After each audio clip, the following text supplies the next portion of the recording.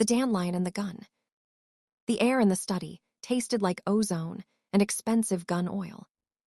Adrian Volkov sat behind a desk carved from obsidian, the light from a single desk lamp catching the sharp, predatory angle of his jaw. Before him lay a disassembled HK VP9, its slide gleaming under the dramatic glow. He didn't use a cloth. He cleaned the metal with the steady, methodical precision of a man who viewed his tools as extensions of his own ribs. Outside that door, men with scarred necks and hidden holsters stood at attention, terrified of the silence coming from his room. In the underworld, Adrian's silence was the sound of a closing casket. Click. The sound of the door handle turning was infinitesimal, but to Adrian, it sounded like a gunshot. His hand moved with inhuman speed, the pistol frame snapping into place, his finger finding the trigger guard before the door had even swung open 3 inches. He didn't aim yet. He waited. A small, scuffed sneaker peeked through the gap. Then a hand, tiny, pale, and smudged with dirt, gripped the heavy mahogany frame. Lily stepped in. She looked like a splash of watercolor in a room made of charcoal.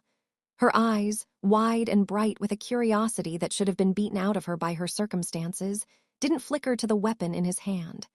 They went straight to his face. "You're awake," she whispered. It wasn't a question, it was a relief. Adrian's grip on the weapon didn't loosen, but his eyes narrowed. "You shouldn't be here, Lily. I told the guards to keep you in the East Wing." "They were sleeping," she lied poorly, stepping closer. Every step she took into the light made Adrian feel an unfamiliar spike of adrenaline, not the kind he felt in a firefight, but something sharper, something that felt like a crack in a dam. She reached the edge of the obsidian desk. She had to stand on her tiptoes to see over it. Slowly, she reached into the pocket of her oversized cardigan and pulled out a mangled, yellow weed. A dandelion. "I found this in the cracks by the fountain," she said, stretching her arm out across the desk, pushing the yellow flower toward his blood-stained knuckles. "It's for you, so you don't look so lonely." Adrian looked at the weed. Then he looked at the girl who saw a man where the world saw a monster. He didn't pick up the flower, but for the first time in 10 years, he let go of the gun. The dandelion stayed on the obsidian desk for 3 days until the petals curled and turned to dust. Adrian didn't throw it away. He simply watched it wither, a strange monument to a peace he didn't know how to navigate. His life began to fracture into 2 distinct, jarring realities. In the mornings, the monster presided over the basement of a shipping warehouse, his voice a low, tectonic rumble that made seasoned hitmen break into a cold sweat. He spoke of territories and shipments with the clinical detachment of a surgeon. But as the clock neared 6, a phantom pressure tightened in his chest, a deadline he hadn't been assigned, but felt compelled to meet. The first time he tried to read to her, the guards stood outside the nursery door, hands hovering over their sidearms, certain the low, gravelly vibration coming from the room was an interrogation. Inside, Adrian sat on a chair far too small for his broad shoulders, holding a book about a runaway rabbit. "The little bunny ran away," Adrian read, his voice sounding like tires grinding over broken glass. He realized he was scowling at the page as if it were a fraudulent ledger. Lily looked up at him, her head tilted. "Why do you sound like you're mad at the rabbit, Adrian?" He paused, the sharp scar on his cheek twitching. He took a slow breath, trying to modulate the iron in his throat. "I am not mad. It is tactical. The rabbit is making a strategic error by leaving his base of operations." Lily giggled, a sound so bright it felt like a physical intrusion in the silent house. She reached out and patted his hand, the same hand that had broken a man's jaw 48 hours prior. "It's just a story," she whispered. "You don't have to fight it." He didn't know how not to fight, but he closed his eyes, counted to 3, and tried again, softening the edges of his words until they felt less like a threat and more like a promise. The change spilled out of the house and into the streets. When Adrian walked toward his armored SUV, his usual phalanx of black-suited shadows flanked him, their eyes scanning rooftops for glints of brass. Usually, the scene was a study in monochromatic intimidation. But now, in the center of the formation, there was Lily. She wore a coat so bright it looked like a piece of the sun had fallen onto the pavement. She skipped to keep up with Adrian's long, predatory strides, her small hand firmly anchored to his pinky finger. One of the guards, a man who had survived 3 gang wars, found himself holding a glittery pink backpack with the same gravity he usually reserved for a submachine gun. Adrian looked down at the tiny girl beside him, then at the perimeter of steel he had built around her. For the first time, he wasn't looking for an assassin. He was looking at the way the light caught her hair, wondering when the stone in his chest had started to feel so much like a heart. The red stain on Adrian's cuff had been laundered away, but the memory of it hung in the air like wood smoke. For days, a heavy, contemplative silence filled the halls of the Volkov estate. Adrian found himself avoiding the mirrors in his home. He no longer recognized the man staring back, a ghost trapped between the predator he had been and the guardian he was becoming. It happened in the library, a room of high ceilings and leather-bound secrets. Adrian was seated in his armchair, a glass of amber scotch untouched on the side table, watching the rain lash against the towering windows. Lily was on the rug, her coloring books spread out like a colorful map. She had stopped drawing. "Adrian." Her voice was small, but it cut through the sound of the storm with the sharpness of a blade. He didn't turn his head, but his posture went rigid. "Yes, Lily." "The people outside, the ones who look at you when we walk to the car, they look like they're waiting for something scary to happen." She paused, her crayon hovering over a half-finished sun. "Are you a bad man?" The question hit him with more force than any physical blow ever could. It stripped away the tailored suits, the millions in the bank, and the fortress of loyalty he had built. He looked down at his hands, large, scarred, and capable of ending a life in a dozen different ways. He thought of the docks, the cold harbor water, and the years of blood he had spilled to keep his throne. He finally looked at her. She wasn't asking out of judgment. She was asking because she needed to know where to put her trust. "I have done bad things, Lily," he said, his voice a low, raw rasp. "In the world I live in. Being good is a luxury I was never given. I had to be the monster to keep the other monsters away." Lily stood up, walking over until she was inches from his knees. She didn't look away. "But you're not a monster to me. You read the rabbit book, you hold my hand." She reached out, placing her small, warm palm over his heart. "If you want to be a good man, can't you just start now?" Adrian looked into her eyes, seeing a reflection of a man who was capable of more than just destruction. He realized then that he was tired of being the man the world feared. He wanted to be the man she believed existed, the one who could sit in the light without flinching. "I don't know if the world will let me change," he whispered, more to himself than to her. "I'll let you," she replied simply. In that moment, the iron around his heart didn't just crack, it shattered. He realized the greatest threat wasn't Sokolov or the police. It was the terrifying possibility that he might actually have something left to lose. He reached down and tucked her hand into his own, a silent vow beginning to take shape in the darkness. He would become that man, even if he had to burn his entire empire to the ground to do it. "How do you feel about this internal shift as we approach the leak and the inevitable return of the outside world?" The sanctuary of the Volkov estate was breached not by a bullet, but by a whisper.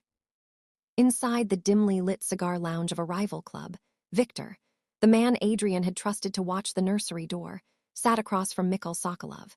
The air was thick with the scent of betrayal. Victor pushed a grainy, handheld photo across the table. In the image, the monster of the East was caught in a rare, vulnerable moment, kneeling on a manicured lawn to tie the laces of a bright yellow sneaker. Adrian's face, usually a mask of granite, held a look of terrifying tenderness. "He's changed," Victor muttered, his voice shaking with the weight of his treason. "He doesn't check the shipments anymore. He's home by dark, he's soft." Sokolov picked up the photo, his thumb tracing the small figure of the girl.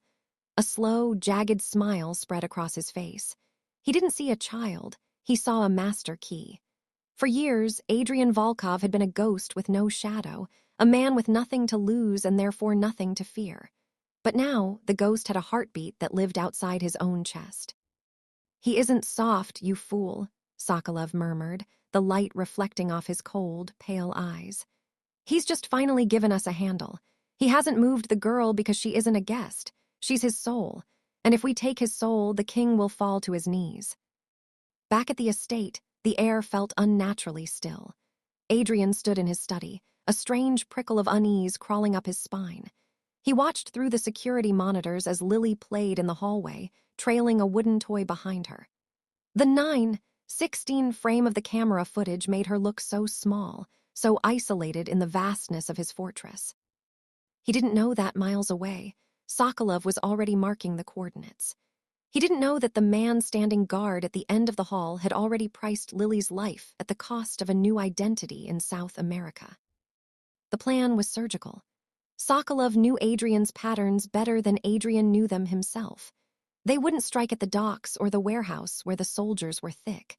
They would strike at the heart of the house, in the quiet hour just before dawn when the monster was busy being a man, tucked away in the library with a book about a rabbit.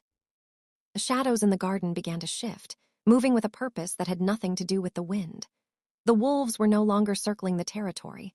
They were inside the wire, waiting for the girl in the yellow coat to step into the dark.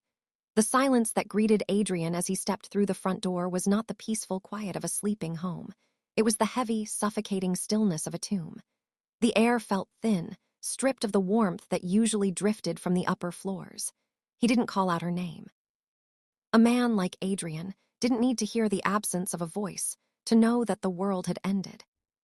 He moved up the stairs, his strides long and frantic, the heavy thud of his boots echoing against the marble like a countdown. When he reached the nursery, the door was hanging off a single hinge, the wood splintered as if burst by a battering ram. Adrian stopped on the threshold. The room, once a sanctuary of bright colors and soft light, was a wreckage. The yellow curtains he had personally chosen were ripped from the rods, fluttering like broken wings in the draft from a smashed window. Books were scattered across the floor. The story of the rabbit lay face down, its spine snapped. But it was the center of the room that brought him to his knees. There, lying in a patch of moonlight, was the small, brown teddy bear Lily never went to sleep without. Its button eye was gone, and it lay twisted on the floor, surrounded by the muddy boot prints of men who didn't belong in this sacred space. Adrian picked up the toy. His hands, capable of crushing windpipes and dismantling steel, trembled as he pressed the stuffed fabric to his face.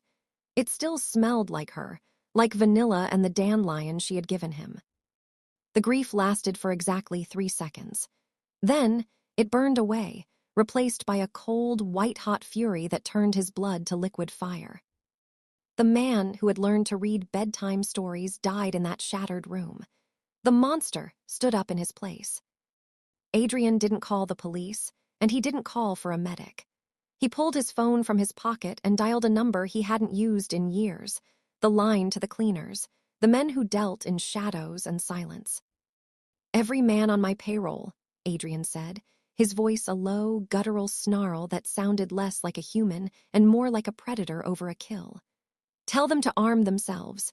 Tell them we aren't taking prisoners. Sokolov has something of mine, and I am going to tear the city apart until I find her." He looked at his reflection in a shard of the broken window. The softness in his eyes was gone, replaced by a terrifying, hollow light. He tucked the broken teddy bear into his waistband, drawing his weapon with a clinical, lethal flick of the wrist. The wolves were about to realize that the only thing more dangerous than a monster is a monster who has found something worth loving and had it taken away. The ironworks was a cathedral of rust and screaming metal. Adrian didn't enter through the door. He came through the darkness, a ghost made of gunpowder and grief. The first of Sokolov's men didn't even have time to shout before the shadows claimed him. Adrian moved with a terrifying, rhythmic lethality, his silhouette flickering against the orange glow of industrial heaters like a demon in a burning forest. He was a storm of lead and glass. Every time a muzzle flashed in the dark, Adrian was already elsewhere, closing the distance with the predatory grace that had made him a legend. He took a bullet to the shoulder as he breached the final mezzanine, the impact spinning him around, but he didn't slow down. He couldn't. He could hear the faint, ragged breathing of a child somewhere ahead, and that sound was the only compass he needed. When he finally burst into the central office, the air was thick with the smell of cordite and copper. Sokolov stood there, his hand clamped around Lily's arm, using her as a shield. The girl's yellow coat was stained with soot, her eyes wide and wet with a terror that shattered what was left of Adrian's restraint. "Drop it," Sokolov screamed, his pistol pressed to Lily's temple. "Drop it or she dies." Adrian didn't drop the gun. Instead, he stepped forward, exposing his own chest. "You want the territory, Mikkel. You want the crown, take it, but let the girl go." Sokolov fired. The round caught Adrian in the side, a jagged tear of white-hot pain that buckled his knees. He didn't fall. He stepped forward again, shielding Lily's small frame with his own body as more glass shattered around them. He was a wall of scarred meat and Kevlar, taking the hits that were meant for her, his blood splashing onto the cold concrete floor. With a final, guttural roar, Adrian closed the gap. He disarmed Sokolov in a blur of motion, a sickening crack of bones signaling the end of the rival's resistance. He threw Sokolov against the wall, his hand crushing the man's throat, his finger tightening on the trigger of his pistol. The monster was ready to feast. The barrel was pressed hard against Sokolov's forehead, the metal hot from the night's work. "Do it," Sokolov wheezed, a bloody grin on his face. "Show her what you really are." Adrian's finger twitched, but then he felt a small, trembling hand catch the edge of his tactical vest. He looked down. Lily was watching him, her face pale, her eyes searching his for the man who had read her the book about the rabbit. If he pulled the trigger, he would save her life, but he would kill her world. He would become the nightmare she feared instead of the man she loved. With a ragged exhale that sounded like a sob, Adrian lowered the weapon. He didn't kill the man. Instead, he smashed the butt of the gun into Sokolov's temple, knocking him into the dark. Outside, the distant wail of sirens began to rise, a call he had made himself, a bridge to a world where laws existed. He slumped against the wall, his strength finally failing, and pulled Lily into his lap. He didn't look like a king or a monster. He just looked like a tired man, holding a child in the ruins of a war he no longer wanted to fight. The sirens eventually faded into a memory, replaced by the rhythmic, healing silence of the estate. The mansion no longer felt like a fortress or a tomb. It felt like a house. Sunlight poured through the newly replaced library windows, catching the dust motes that danced in the air like tiny, golden spirits.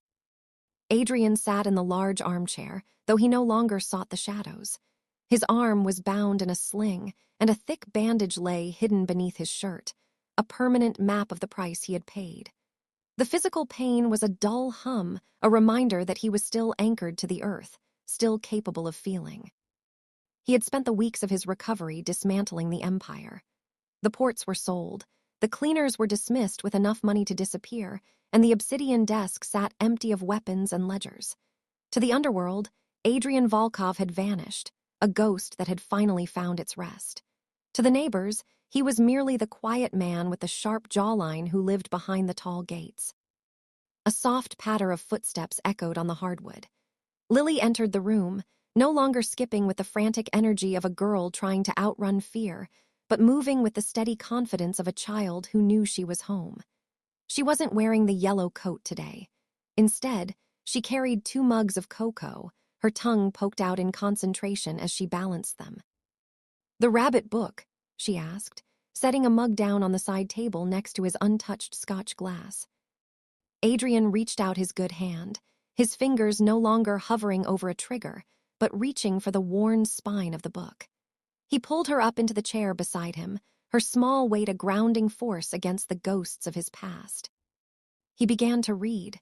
His voice was still deep, still carrying the gravel of 1,000 hard nights, but the iron had been replaced by something supple and warm. He didn't look for tactical errors in the story anymore. He simply followed the rabbit home. As the sun began to set, casting a long, amber glow across the garden where the dandelions were finally starting to bloom, the monster was nowhere to be found. There was only a man, sitting in the light, holding a storybook in one hand and a little girl's trust in the other. The suit was gone, the war was over, and for the first time in his life, Adrian Volkov wasn't death walking. He was finally, quietly alive.